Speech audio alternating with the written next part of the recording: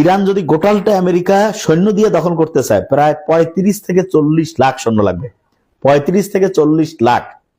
আর আমেরিকার active soldier আছে 13 লাখ। তার মানে তার টোটাল যে সৈন্য গোটালটা যদি ইরানে পাঠায়, তাহলে 1/3ও হবে না। এর আগে যারা আমেরিকার আগে যারা সুপার পাওয়ার ছিল, সেই সোভিয়েত ইউনিয়ন দুইবার, first world war, second world war, দুইটা বিশ্বযুদ্ধের সময় ইরান দখল করছিল। এবং জাস্ট দ্বিতীয় বিশ্বযুদ্ধের শেষের 1 বছর পরে 1946 সালে তারা ওইখান থেকে সরে যেতে বাধ্য হয়েছে। আসসালামু আলাইকুম। সারা পৃথিবীর সবচেয়ে সুপার পাওয়ার যদি সর্বকালের ইতিহাসে দেখি, তাহলে হচ্ছে রোমান সাম্রাজ্য একটা। এবং এরা এত পাওয়ারফুল ছিল যে তাদের নাম শুনলে অনেকে ভয় পেয়ে যেত যে এরা আসতেছে সারেন্ডার। তো এই রোমান সাম্রাজ্য প্রায় 700 বছর যুদ্ধ করছে হচ্ছে ইরানের সাথে। ইরানকে কিন্তু ওই পারস্য যে তারা ইরান, একই জায়গা। তাই ইরানের সাথে 700 বছরের যুদ্ধ। এবং এই যুদ্ধের শুরু যদি বলি, যীশু খ্রিস্ট যে আসছে, ঈসা নবী, তার ঠিক 100 বছর আগে, তার মানে খ্রিস্টপূর্বাব্দ 100, এইটা থেকে শুরু করে একদম খ্রিস্টাব্দ 700, তার মানে 700 বছরের যুদ্ধ। এবং এই যুদ্ধে ইরান আর হচ্ছে যে ওইটাকে যেটা বলি যে রোমের মধ্যে যে যুদ্ধ হইলো, সেই যুদ্ধে আমরা দেখলাম যে রোম সাম্রাজ্য পতনের দিকে চলে গেল। কিভাবে? জুলিয়াস সিজারের নাম শুনছি তো, রোমান সবচেয়ে বিখ্যাত সম্রাট না? ওই যে এলাম, দেখলাম আর জয় করলাম। এই জুলিয়াস সিজার, উনি হচ্ছে যে যুদ্ধের পরিকল্পনা করতেছিল যে ইরানে আক্রমণ করবে, তার আগে উনি হচ্ছে নিহত হয়ে গেছে। হ্যাঁ। এবং ডেঞ্জারাস যেটা ব্যাপার সেটা হলো যে এই আমরা সোভিয়েত ইউনিয়নের নাম শুনছি না? এর আগে যারা আমেরিকার আগে যারা সুপার পাওয়ার ছিল, সেই সোভিয়েত ইউনিয়ন দুইবার, first world war, second world war, দুইটা বিশ্বযুদ্ধের সময় ইরান দখল করছিল।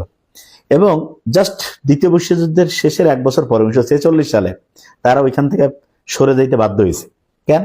কারণ ইরানের মানুষজনের যে কালচার এবং তাদের যে একতাবদ্ধতা এবং জীবনের প্রতি তাদের যে মানে হচ্ছে যে অন্যকে শাসন করতে দিবে না এরকম যে হচ্ছে যে একটা উদগ্র বাসনা, এইটার কারণে কোন শক্তি গিয়ে সেখানে দীর্ঘস্থায়ী হতে পারে না।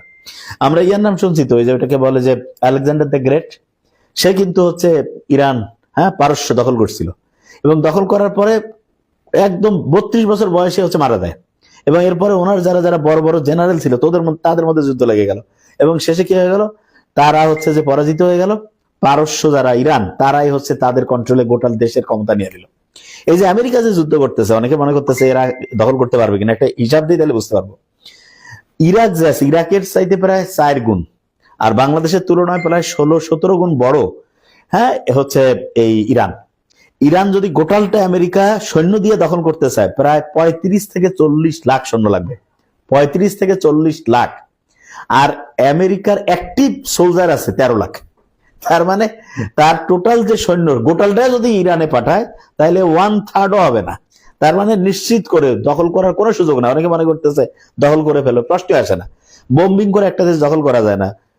যেখানে স্থল সোনা মানে হচ্ছে ওইটাকে যেটা ল্যান্ড ফোর্স, এইটা যদি সে পাঠাইতে চায়, উপরে আছে হচ্ছে যে পাহাড় খাড়ি, দেখা যাবে এমন ভাবে অ্যাটাক করছে যে একেবারে মানে ম্যাসাকার হয়ে যাবে সৈন্য। এবং অলরেডি আজকেই সম্ভবত আমেরিকার বহু জায়গায় হচ্ছে ট্রাম্প বিরোধী হচ্ছে বড় রকমের হচ্ছে সমাবেশ হয়েছে। তার মানে সে কিন্তু অভ্যন্তরীণ বড় রকমের চাপের মধ্যে পড়তেছে।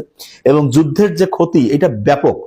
ইরানের যে হচ্ছে যে ড্রোন $50,000 একটা, আর আমেরিকা ওইটাকে প্রোটেক্ট দেওয়ার জন্য, ওইটাকে হচ্ছে মানে হচ্ছে বলা যেতে পারে নিষ্ক্রিয় করার জন্য, ইনঅ্যাক্টিভ করার জন্য তার যে মিসাইল সিস্টেম, একটার দাম মিনিমাম $30 লাখ। এমনও আছে কোনোটা $1 কোটি পর্যন্ত হইতে পারে। তার মানে ইরান একটা $50,000 একটা মানে হচ্ছে যে ড্রোন দিয়ে দিল, সেইটাকে থামাইতে তার চাইতে 70 গুণ, কোথাও চিন্তা করলে কত হয়, প্রায় 200 গুণ পর্যন্ত তার বেশি খরচ হইতে পারে। তার মানে অর্থনৈতিকভাবে আমেরিকা বড় রকমের ক্ষতির মধ্যে এই যুদ্ধে পড়ে যাবে। এবং তার সাথে যে জিনিসটা রয়েছে সেটা হচ্ছে ইরানের মানুষজন নিজেদের স্বাধীনতা রক্ষার জন্য যুদ্ধ করতেছে। তার মোটিভ ক্লিয়ার, আমি মরলে শহীদ, বাঁচলে গাজী। আর ওই যেটা রয়েছে আমেরিকার ওই দেশের 92% লোক, প্রতি 10 জনের 9 জনের বেশি বিশ্বাস করে যে এই যুদ্ধটা আন্দাজে দরকারই ছিল না। তার মানে এই যে যুদ্ধের কোনো জনসমর্থন নাই, সারা পৃথিবীর কোন দেশের মানুষের যেখানে সমর্থন নাই, সেই যুদ্ধ দেশের মানুষের বিপক্ষে গিয়া এপস্টিন ফাইলে হচ্ছে নাম আছে নিশ্চয়, ওই যে যেটা হয় আর কি, তার নামে নিশ্চয় কোনো স্ক্যান্ডাল আছে, বড় রকমের তথ্য, এটা ওদের কাছে আছে। এখন ব্ল্যাকমেইল করতেছে, এটা বোঝাই যায় কমন সেন্স কাজে লাগাইলে। এখন তাকে দেয়া যায় এটা করতে হবে। এবং সে চিন্তা করতেছে নিজের যে ক্ষমতা মানে থাকার জন্য, কারণ এপস্টিন ফাইলে হয়তো এমন কোন তথ্য আছে যেটা যদি কোনোভাবে প্রকাশ হয়ে যায়, ট্রাম্প হয়তো 24 ঘন্টায় ইমপিচমেন্টের মধ্যে পড়তে পারে, অভিশংসন হইতে পারে, ঠিক না? এই কারণে সবকিছু মিলে যেটা বোঝা যায় যে সে একটা গ্যারাকলের মধ্যে পড়ে 2 নম্বরই কাজটা করতেছে। এবং এখানে আমরা আরেকটা জিনিস লক্ষ্য করবো, সেটা হলো যে মানে ইরানের অবস্থানটা এমন জায়গায় এবং ওই দেশের মানে ইতিহাসটা এমন, চিন্তা করেন 5000 বছরের ইতিহাসে কেউ তাদেরকে গিয়ে কন্ট্রোল করতে পারেনি। এই যে মানসিকতা যে না আমাদেরকে কেউ কন্ট্রোল করতে পারবে না, এইটাই তো যুদ্ধে 80% জিতে হয়ে যায়। এবং দেখেন এখন পর্যন্ত আজকে তো বহু জায়গায় আমেরিকার আজকে কালকে ওই যে সৌদি আরবের মধ্যে অ্যাটাক করছে আমেরিকার যে যে বেস রয়েছে, সেখানে বড় বড় যে এয়ারক্রাফট গুলো একেবারে ধ্বংস করে ফেলছে। তার মানে যুদ্ধ কিন্তু লম্বা সময় যত যাবে, আমরা আগের থেকে বোঝা যাচ্ছে, তত আমেরিকা বিপদের মধ্যে পড়বে, ইরান ভালো করবে। এবং ইরানকে কিন্তু পিছন থেকে বোঝাই যায়, রাশিয়া বলি, চায়না বলি, অন্য যে দেশেরা, এরা বিশেষ করে এই দুইটা দেশ তো অবশ্যই সাপোর্ট করবে, কারণ মধ্যপ্রাচ্যে তাদের যে নিয়ন্ত্রণ, সেটা ইরানের মাধ্যমে প্রতিষ্ঠিত থাকতে হবে। আর আরেকটা যেটা হরমুজ প্রণালীর যে ব্যাপারটা, এইটা তো কন্ট্রোল ইরানের কাছ থেকে নিতে গেলে বড় রকমের বলা যেতে পারে যে একটা হত্যাযজ্ঞ করবে, যেটা কেউ মানতে চাবে না। এবং দখল করে তো হবে না, ওইটা তো টিকা রাখতে হবে। টিকা রাখতে গেলে যে কোনো সময় গেরিলা আক্রমণ হবে, মাইন অ্যাটাক করবে। তার মানে আলটিমেটলি যে এই যুদ্ধে সবচেয়ে বেশি ক্ষতিগ্রস্ত হবে আমেরিকা। তার তো ইমেজ শেষ, তার পেট্রো ডলার অলরেডি ঝুঁকির মধ্যে আছে। চীনের ইউয়ান যেটা আছে সেটা যে কোনো সময় যে দেখা যাবে যে তেল কেনা বেচার বড় একটা বিনিময় মাধ্যম হয়ে যেতে পারে। সেক্ষেত্রে আমেরিকার যে ডলারের যে সারা দুনিয়াব্যাপী যে প্রভুত্ব, এইটা কমলে তো এমনিতেই খবর খারাপ হয়ে গেল।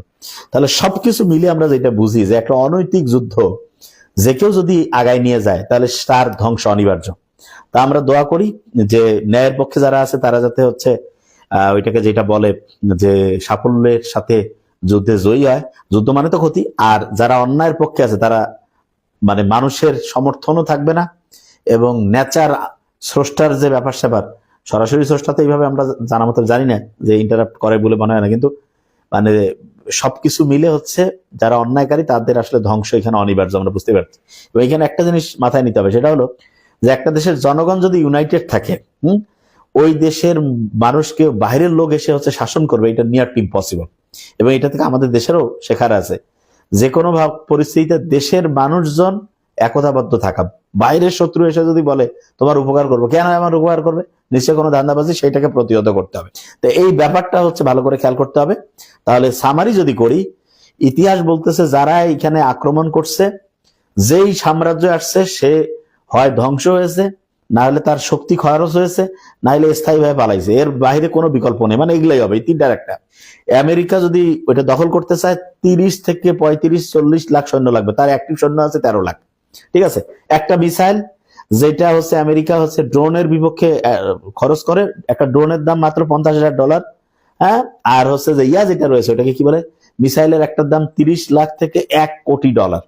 তার মানে অর্থনৈতিক ভাবে এই যুদ্ধে আমেরিকা পরাস্ত হচ্ছে। পেট্রো ডলারের অবস্থা একদম মানে এটা ঝুঁকির মধ্যে পড়তেছে, এবং আলটিমেটলি ইরানের পরবর্তীতে আর কেউ আক্রমণ করার সাহস পাবে না। Thank you so much. আসসালামু আলাইকুম।